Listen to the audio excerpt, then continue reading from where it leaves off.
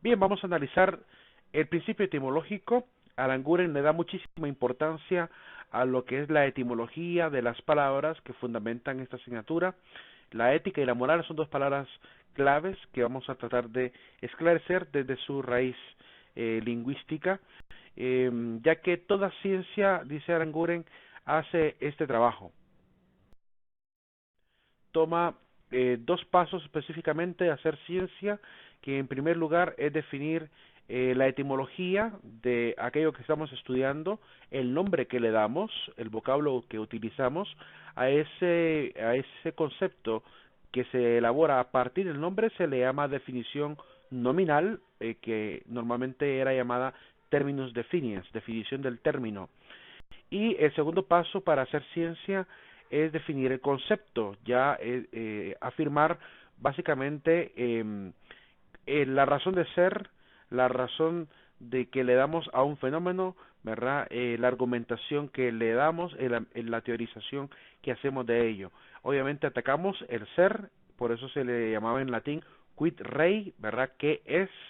Y a este tipo de definición se le llama definición conceptual, que antiguamente se le llamaba definiendum ratio, que es la definición de racional, que es lo que tratamos de hacer normalmente en la ciencia. Toda la teoría que hacemos de las diferentes palabras, fenómenos o realidades que estudiamos con la ciencia, pues tienen una definición conceptual, pero también es importante ver la definición nominal, y eso es lo que vamos a tratar de analizar a continuación.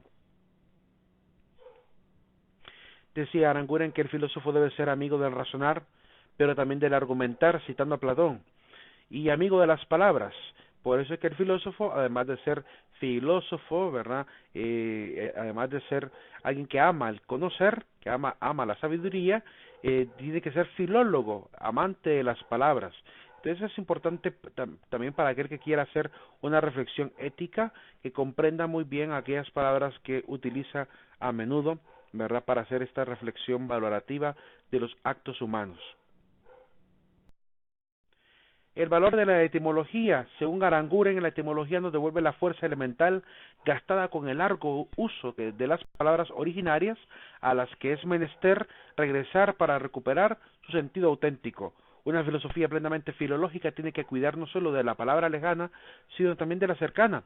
Es decir, tenemos que tener claridad del origen de las palabras, porque a veces perdiendo el sentido de las palabras originales, también nos perdemos en el concepto.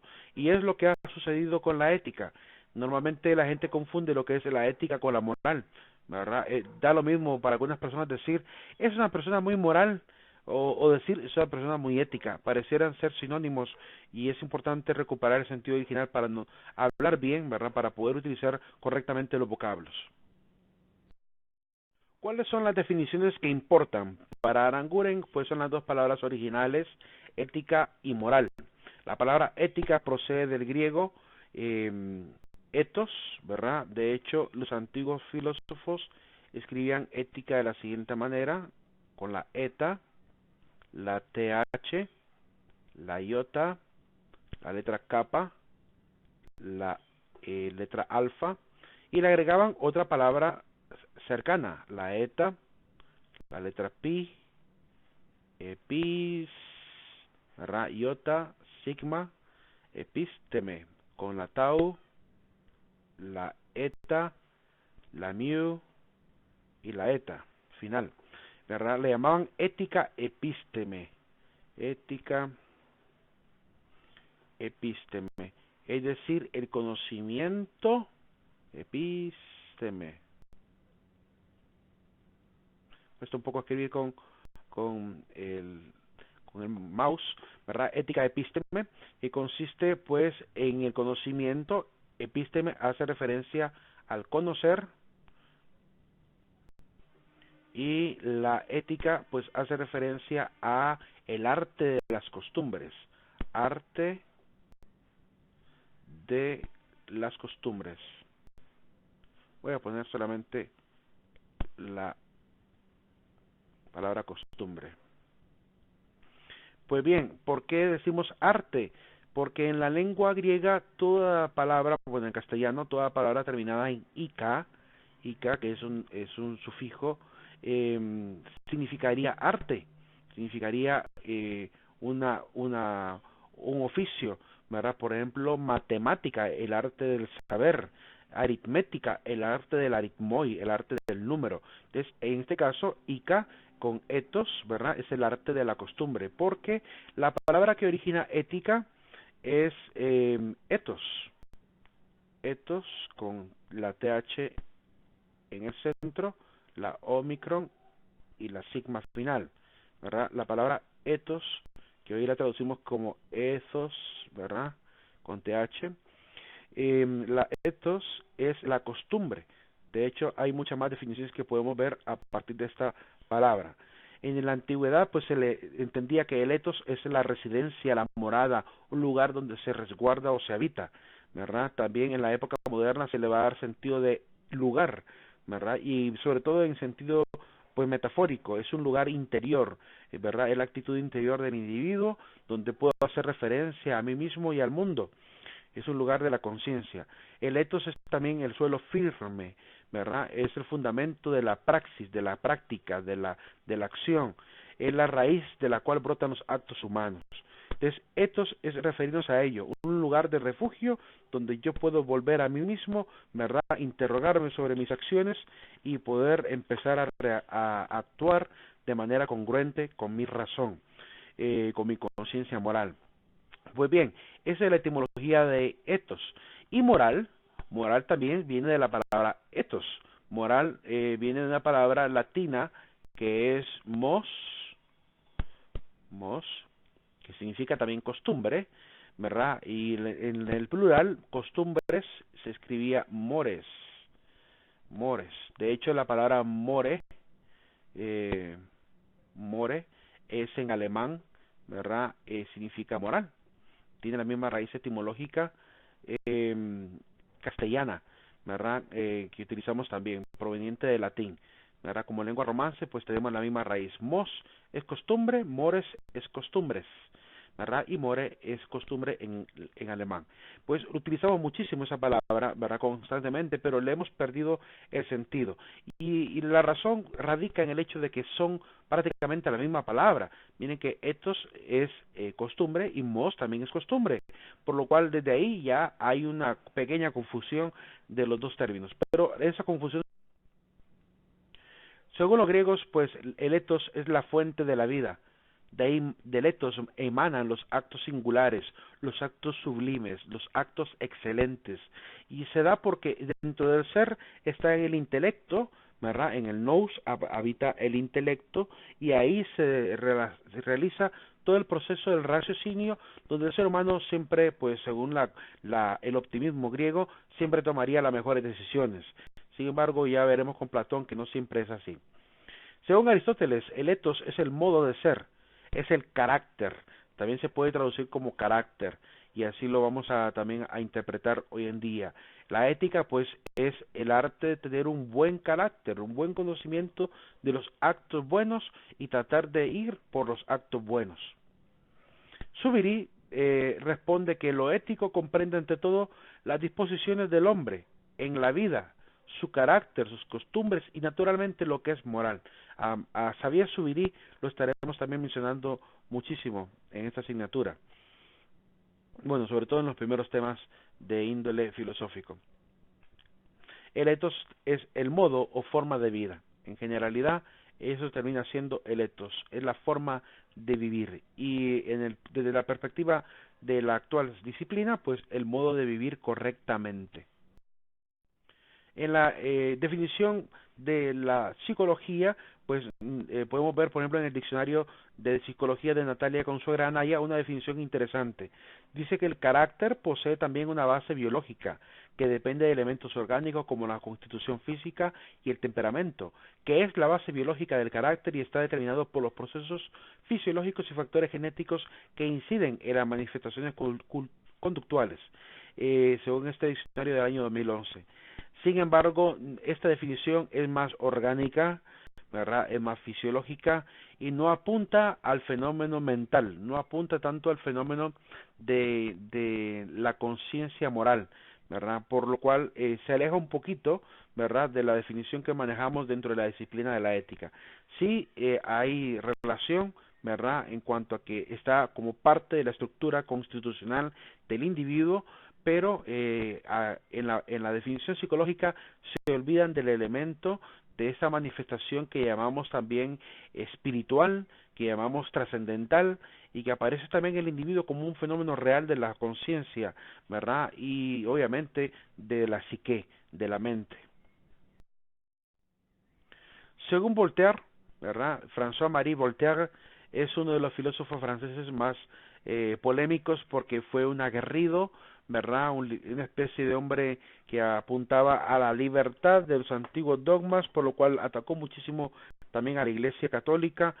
A pesar de ello, tiene eh, sus elementos importantes que revisar.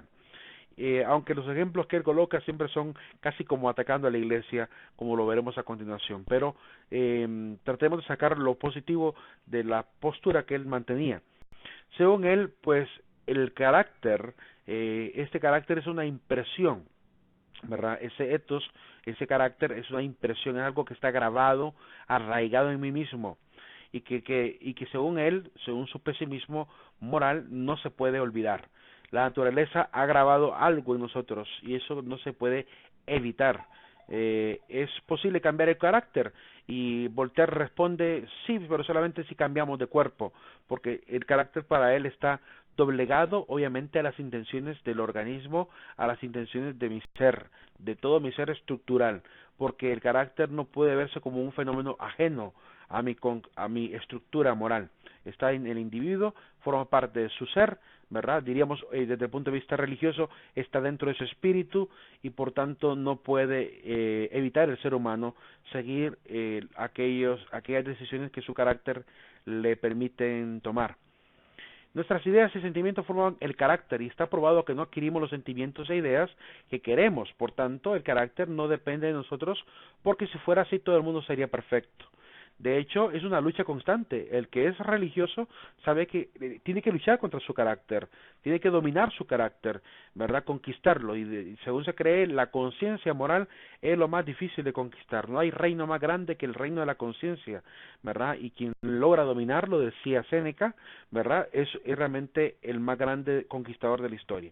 Porque dominar nuestra propia conciencia es algo bastante complicado, difícil, ¿verdad? Desde el punto de vista de la religión se ve como una tentación constante, el hecho de dejarnos llevar por pues nuestros bajos instintos, ¿verdad? Y evitar que la conciencia realmente tome la rectitud moral que realmente deseamos.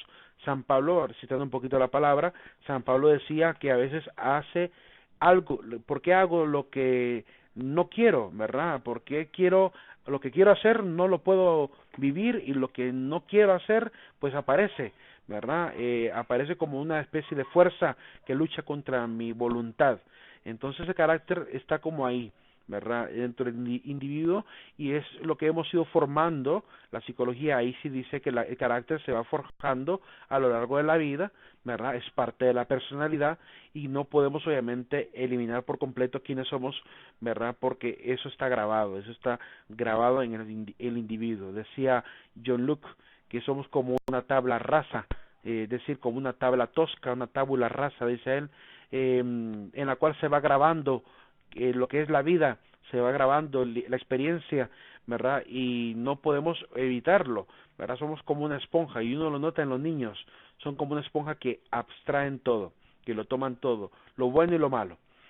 Entonces, luchar contra el carácter, sí se puede luchar, ¿verdad? Tampoco es que perdemos la batalla, ¿verdad? Pero sí hay que considerar que es una batalla bastante dura que dar.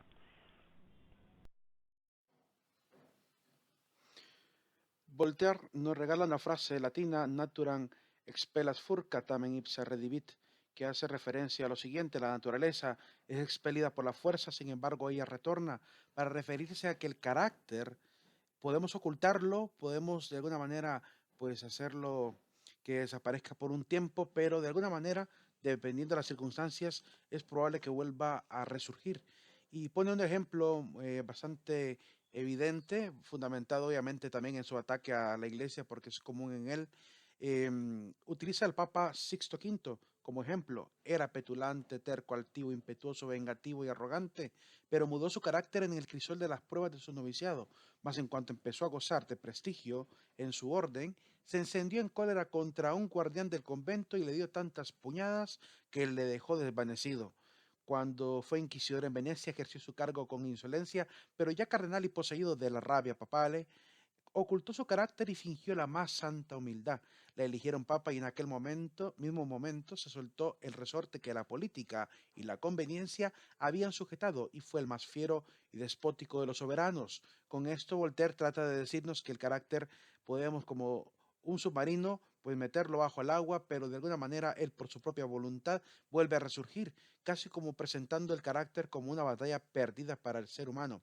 Sin embargo, no es el único filósofo moralista que intenta explicar el tema del carácter y pareciera más bien que Voltaire confunde un poco lo que es el carácter con el temperamento. Sabemos que el temperamento tiene pues una relación íntima con el organismo, ¿verdad? Depende de los reflejos naturales, de los instintos que están en nosotros como seres también animales y por tanto eso quizás sea lo que él intenta explicar como carácter porque hay también una visión filosófica donde ven al carácter como un elemento que se va forjando, ¿verdad? Como una espada que vamos haciendo en el yunque de la vida, ¿verdad? Y moldeando a nuestra manera, por lo cual depende mucho de la voluntad del tipo de carácter que tengamos, ¿verdad? Quizá, como digo, pareciera que confunde carácter con temperamento, pero eso se va a ir aclarando más adelante en la filosofía. Hoy en día, en la ética y en los diccionarios de filosofía, está muy claro que el carácter se adquiere a lo largo de la vida y se va pues moldeando, ¿verdad? De hecho, pareciera que él intenta creer que el carácter se va cambiando. Él dice al inicio, pero mudó su carácter, ¿verdad? Y ahí pareciera que él admite el cambio dentro del carácter, pero a la vez pareciera que está mostrando como que no puede evitar que el carácter sea lo que es.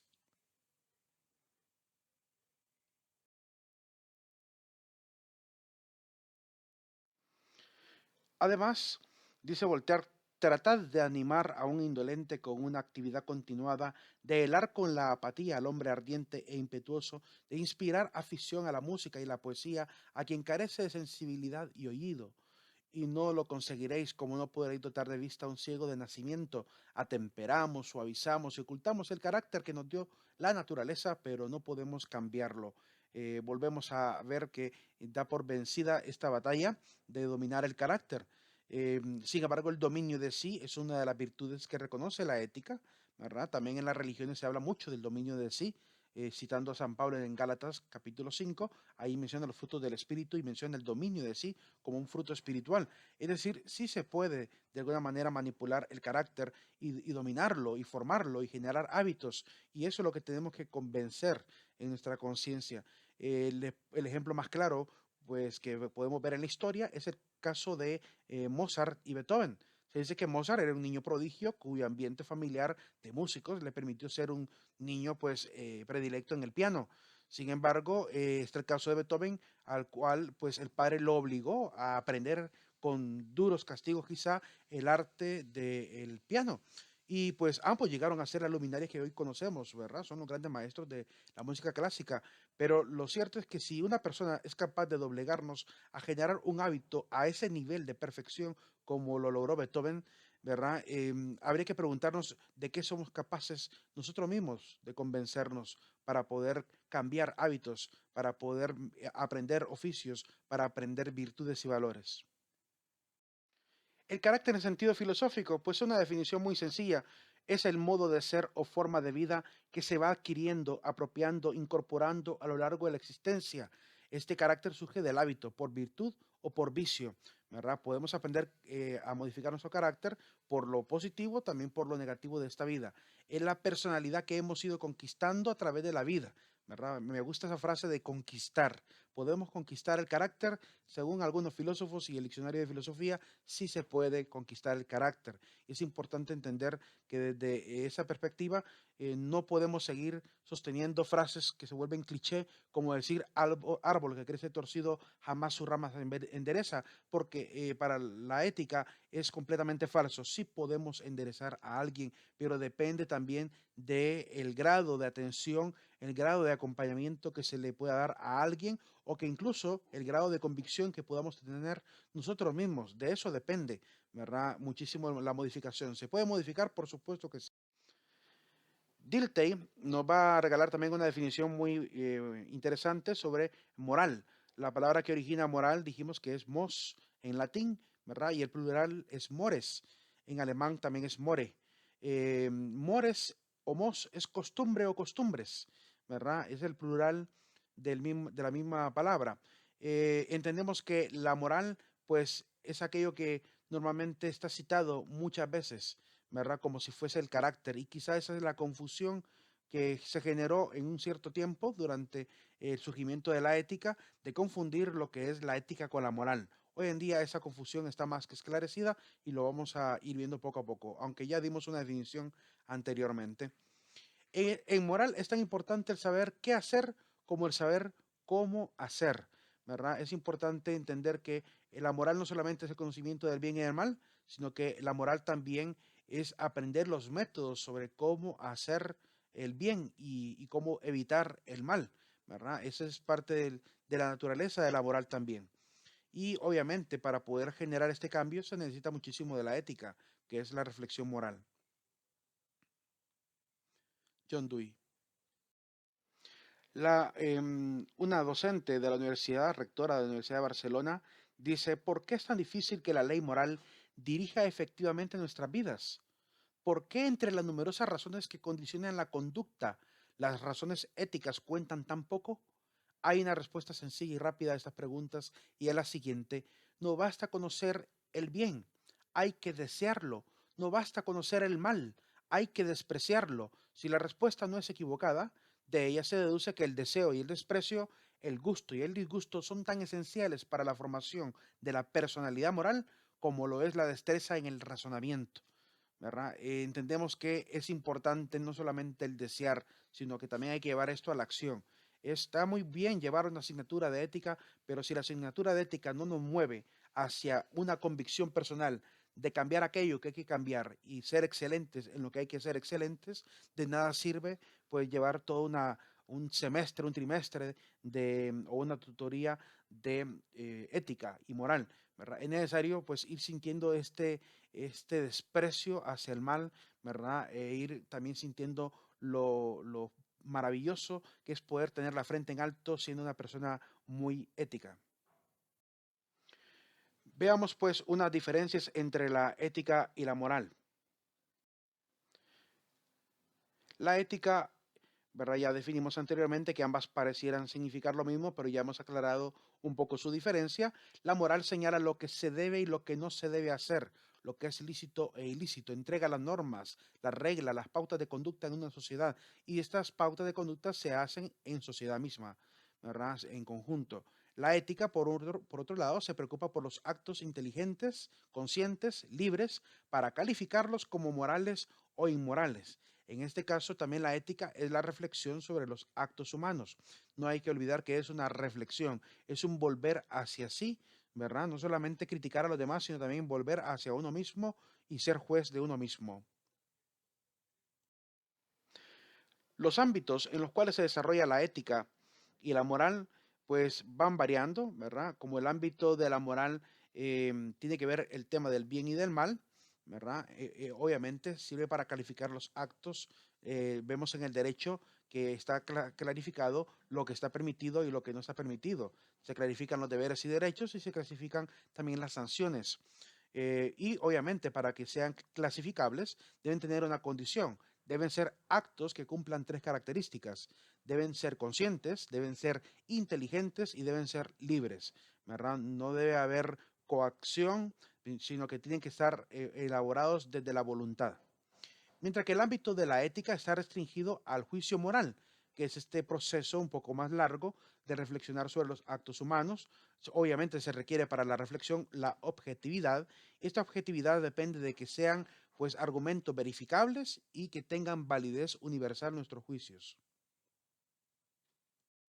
Pues bien, este ha sido el tema, ¿verdad? De esta segunda oportunidad, donde miramos el principio etimológico, ¿verdad?